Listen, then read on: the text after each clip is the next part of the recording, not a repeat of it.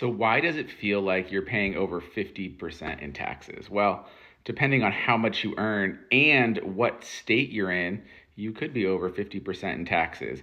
And this is where state taxes make the difference. So you can see right here in our list, we got the list of the highest tax states, but this is the top tax bracket in every state. So yes, California takes the lead and everyone makes fun of California for being 13.3%, but that's if you're making $1 million a year.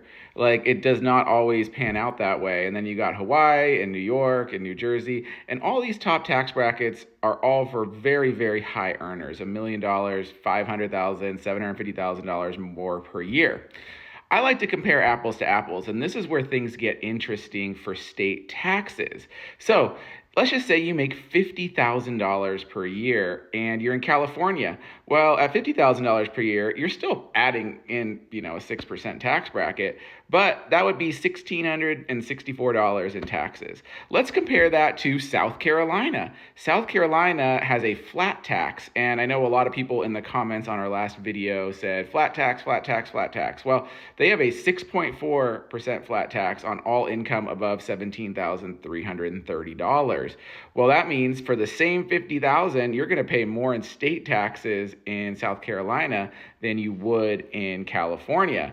So yes, there's a lot of other pros and cons to California versus South Carolina, but taxes, especially in California, if you are low or middle income, it's not going to be as big of a bite as some other states. Now, if you make a lot of money in California, yes, it's a huge bite and it could really get you, just like it can in multiple other states.